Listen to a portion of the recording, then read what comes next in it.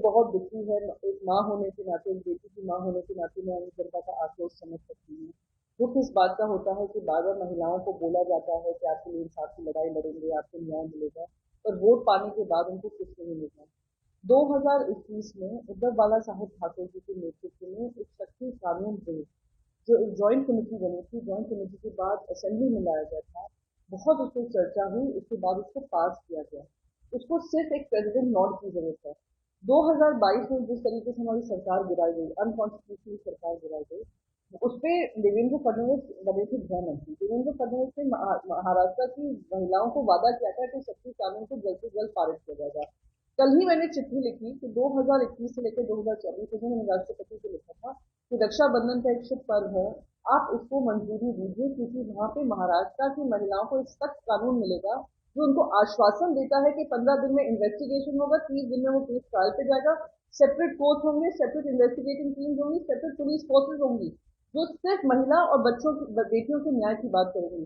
आज तक इसको पास नहीं किया गया है। आज देवेंद्र फडणवीस का प्रेस कॉन्फ्रेंस होने वाली है।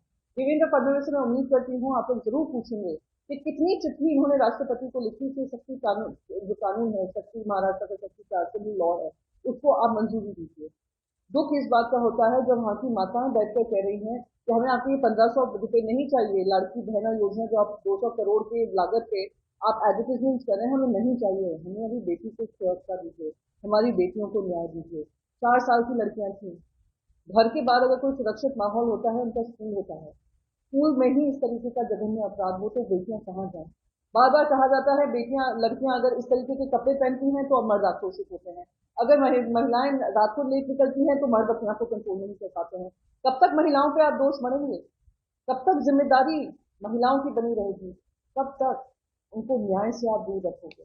कब तक आप अपनी चुप्पी बांधे रखोगे हरकतों पे जो महिलाओं के खिलाफ होती है?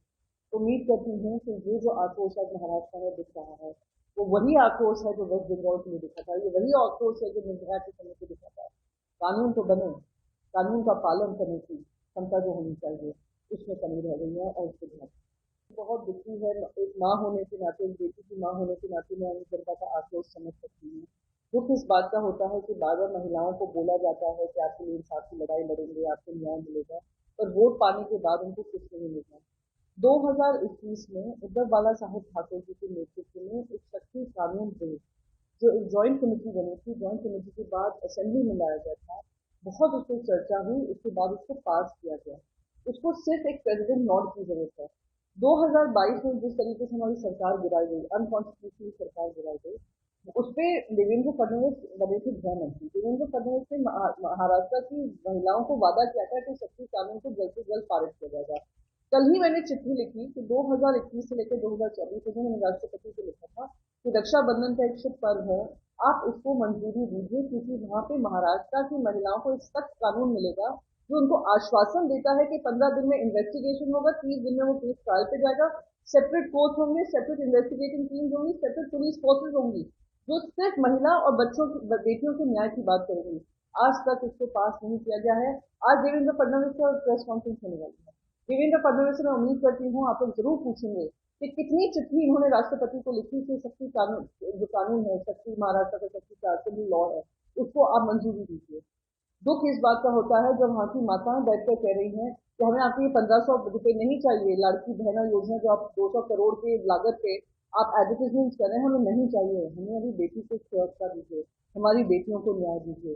4 साल की लड़कियां थी, घर के बाहर अगर कोई सुरक्षित माहौल होता है, उनका स्कूल होता है, स्कूल में ही इस तरीके का जघन्य अपराध हो तो बेटियां कहाँ जाएं। बार बार कहा जाता है बेटियां, लड़कियां अगर इस तरीके के कपड़े पहनती हैं तो अब मर्द आक्रोशित होते हैं, अगर महिलाएं रात को लेट निकलती हैं तो मर्द अपने आप को कंट्रोल नहीं कर पाते हैं। कब तक महिलाओं पे आप दोष मढ़ेंगे? कब तक जिम्मेदारी महिलाओं की बनी रहेगी? कब तक उनको न्याय से आप दूर रखोगे? कब तक आप अपनी चुप्पी बांधे रखोगे हरकतों पे जो महिलाओं के खिलाफ होती है? उम्मीद करती हूँ कि ये जो आक्रोश आज महाराष्ट्र में दिख रहा है, वो वही आक्रोश है जो वेस्ट बंगाल के लिए दिखा था, ये वही आक्रोश है जो निर्भया के समय पे दिखा था।